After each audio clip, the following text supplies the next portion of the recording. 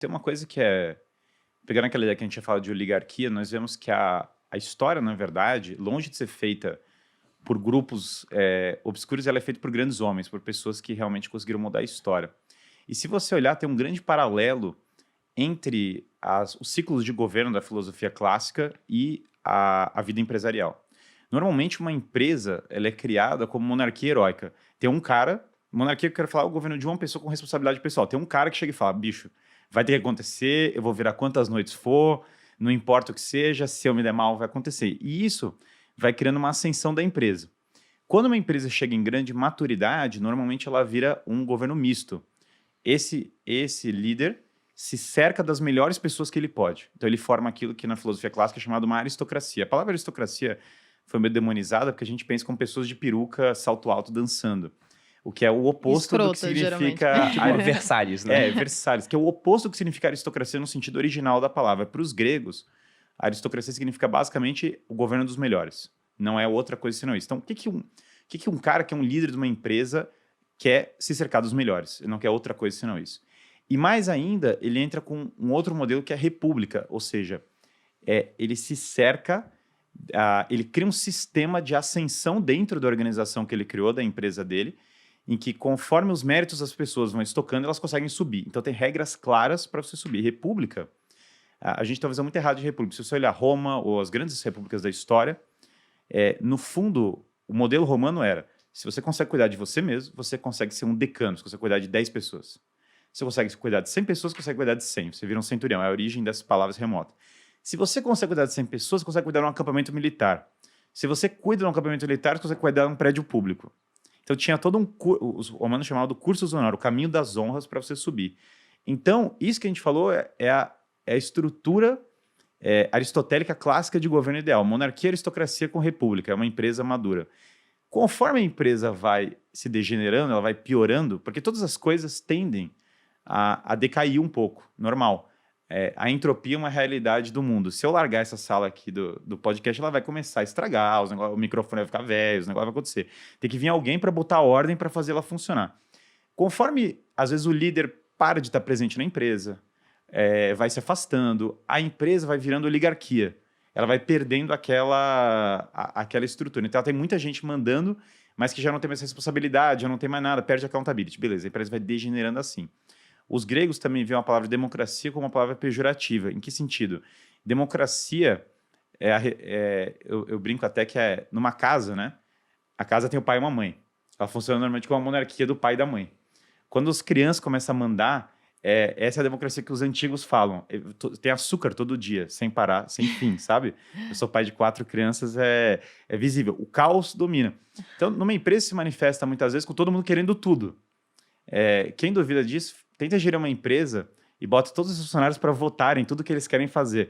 Quanto tempo será que duraria uma empresa nessa linha? Mas todo mundo quer cada vez mais e não tem fim.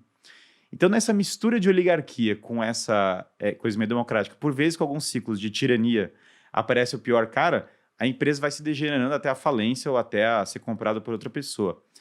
E quando você olha os ciclos dos grandes países da história, é exatamente a mesma coisa. Pega aí, por exemplo, um dos grandes figuras da história, que é Alexandre o Grande. Essa teoria de governo que eu falei é de Aristóteles, que foi o maior filósofo do mundo antigo. Quando Alexandre era muito pequeno, o pai dele era Filipe da Macedônia. As cidades gregas estavam todas em caos, estava uma bagunça total.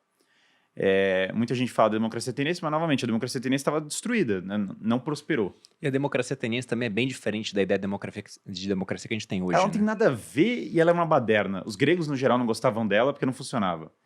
E aí, tava o caos, tinha lá a Macedônia. A Macedônia era meio caipira pro resto da Grécia, era mais afastada. Eram uns bárbaros, né, pra eles. Não chegava a ser bárbaros porque eles eram gregos, mas era um grego meio interiorano que eles tinham um certo pé atrás.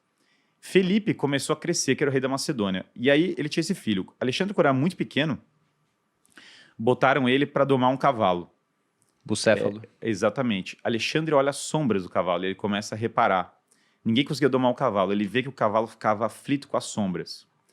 Quando as sombras pararam num certo horário, ele conseguiu montar o cavalo. Felipe falou, esse meu filho é destinado a ser o cara. Quando ele fala isso, ele fala, eu preciso do melhor formador intelectual que eu puder. Tanto faz o dinheiro. Tanto faz quanto custa. Eu quero o melhor cara. Quem é o melhor cara do mundo, o maior intelectual do mundo, calhava de ser macedônico, mas já estava lá em Atenas, já era um cara bem estabelecido, que é o próprio Aristóteles. Filipe traz Aristóteles para ser o tutor de Alexandre.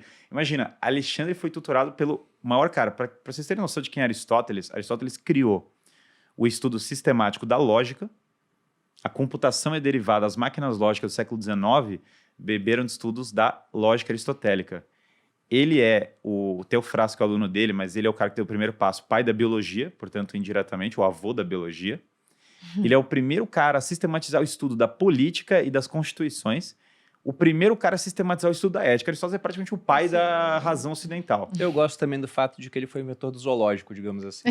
Porque ele gostava de dar aula andando e passava, né, por jaulas com animais, com tudo. Ele também passava por um jardim botânico para mostrar as coisas. Era muito interessante. Só aproveitando que eu falei, quando você disse da questão da história ter sido feita por grandes homens, você me lembrou de uma frase do Harari. Se eu não me engano, ele fala isso em Sapiens. Ele diz que a história foi feita por alguns poucos indivíduos, enquanto o restante do mundo carregava baldes de água ou arava campos.